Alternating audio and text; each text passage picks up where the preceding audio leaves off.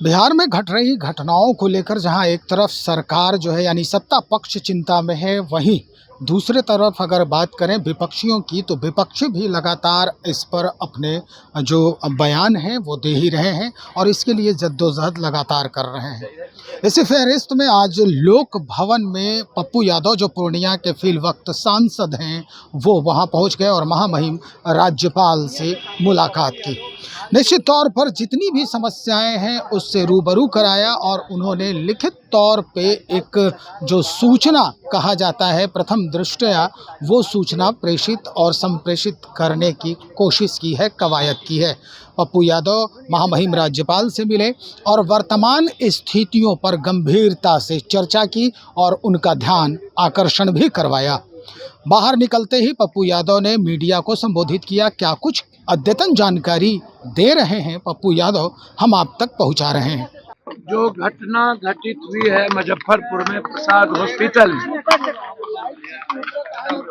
Governor साहब से हमने उस अस्पताल के जो उन्होंने मेडिकल काउंसिल ऑफ इंडिया को वायलेंस किया है, बिहार सरकार के गाइडलाइंस को फॉलो नहीं किया, सिविल सर्जन और ड्रग्स इंस्पेक्टर पैसा लेके सभी माफियाओं को लगातार जिस तरीके से सभी प्राइवेट नर्सिंग होम पटना में बाईपास में हो, चाहे दरभंगा, चाहे मुजफ्फरपुर, चाहे पूर्णिया, चाहे भागलपुर, चाहे गया, जहां भी प्राइवेट नर्सिंग होम है, वह फॉलो प्रदूषण का नहीं करते, वो फायर ब्रिगेड का नहीं करते हैं। उनके पास ना किसी भी तरीके से ना अल्ट्रासाउंड है, सीटी स्कैन है, एमआरआई है, ना एनेस्थेसिया है, ना आईसीयू घर वो रख सकते हैं, वेंटिलेटर पर लगा करके जान मारते हैं ये लोग। आतंक के तरह private nursing home 80% private nursing home, 20% ही अच्छे हैं, 80% प्राइवेट नर्सिंग होम के पास कोई कागज नहीं है।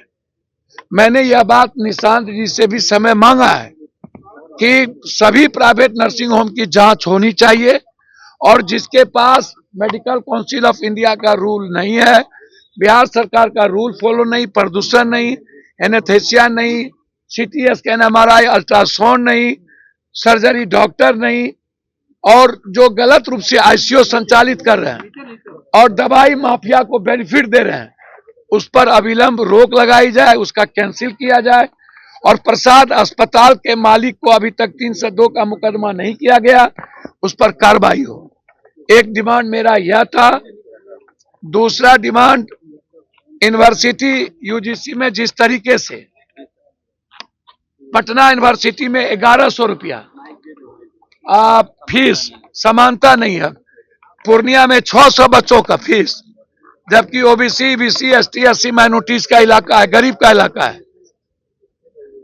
मधेपुरा में 400, उस फीस को 150 रुपया करने की मांग हमारे साथ लीडर मनीष जी थे, निशांत थे, तो हम लोग इन लोगों ने मामले को उठाया कि हुजूर इस तरह किया जाए। एक मुजफ्फरपुर यूनिवर्सिटी का मामला था, तीसरा भूपेंद्र नारायण विश्वविद्यालय जो यौन शोषण का मामला एसआईटी जांच कर अभी तक क्लियर नहीं की और गमन बहुत ज्यादा वहां के वीसी पर है। मधेपुरा यूनिवर्सिटी वाइस चांसलर पर बड़ा गमन का आरोप है, वो मैंने जांच के लिए रिक्वेस्ट किया है। यूनिवर्सिटी की गंभीरता, उसके बच्चे की सुचित्रता और विश्वास बनी रहे और बिहार में जिस तरीके से हालात अच्छे नहीं है मेडिकल को माफियाओं का, तो इस पर हम आज मिले थे। सकारात्मक उन्होंने कहा सब पर मैं जांच कराऊंगा और निश्चित बच्चों के हित में कोई भी बात हो। निश्चित तौर पर चाहे वो स्वास्थ्य का मसला हो या फिर शिक्षा का मसला हो, किसी भी तरह के अपराध का मसला हो, इन सारे व्यवस्थाओं को लेकर काफ़ी चिंतित दिख रहे हैं पप्पू यादव इस वक्त। और इन्होंने सीधा किसी से भी संवाद करने के बजाय सीधे जो महामहिम है या कहें कि राज्य का सबसे पहला व्यक्ति जो होते हैं महामहिम राज्यपाल, उन तक अपनी बात रखने की कोशिश की है।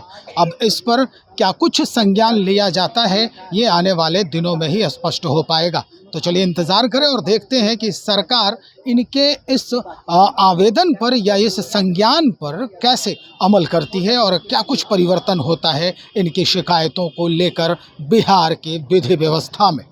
बने रहिए, हम वो भी आपको ज़रूर दिखाएंगे। बहुत शुक्रिया।